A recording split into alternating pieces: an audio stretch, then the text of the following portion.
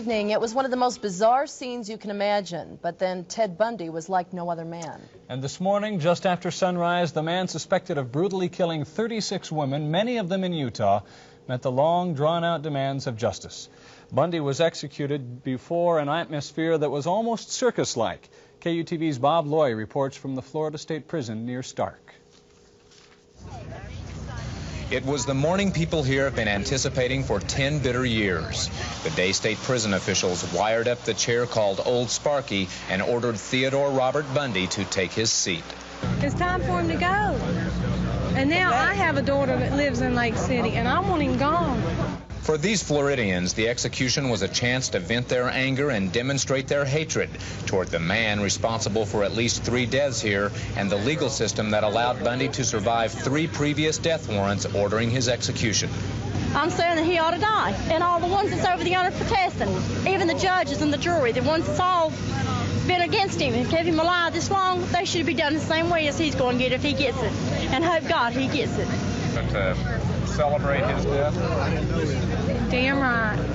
And with the morning light spreading a soft glow across North Florida, celebrate they did.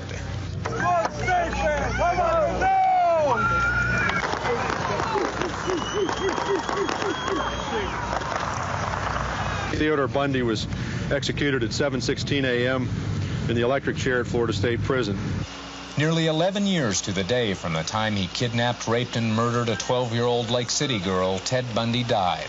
Some witnesses say he appeared shaken as he was led into the death chamber, but the prosecutor who won convictions against Bundy for murdering 2 Florida State University co-eds says the killer was ready to accept the ultimate moment of truth.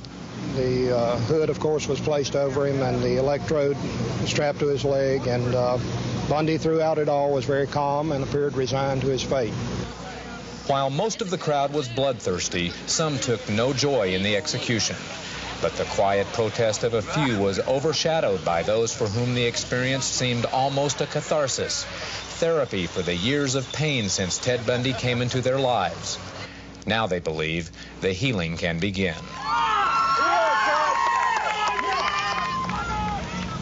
Ted Bundy's remains were carried by the white hearse to a Gainesville, Florida mortuary. Before he died, he began considering himself a born-again Christian. He said he doubted the families of his victims would ever forgive him, but he believed God will.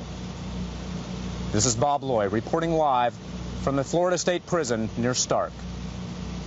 Bob, it's interesting to note that Ted Bundy killed more people in Washington and Utah than he did in Florida, but the outcry in Florida was much more vocal than it was here.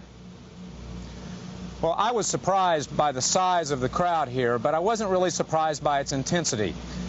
For the people of North Florida, Ted Bundy is something and someone that they have lived and breathed for the last 10 years. All the media attention that has been brought on Bundy has also been brought on the people of North Florida.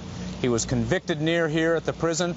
He was captured near the prison, and it's something that they've lived with for quite some time. Surely the crimes that he committed here were no worse than the crimes he committed in Utah, Idaho, Colorado, or Washington, but it's that intensity that these people felt and lived for so long that I think brought out their intensity today.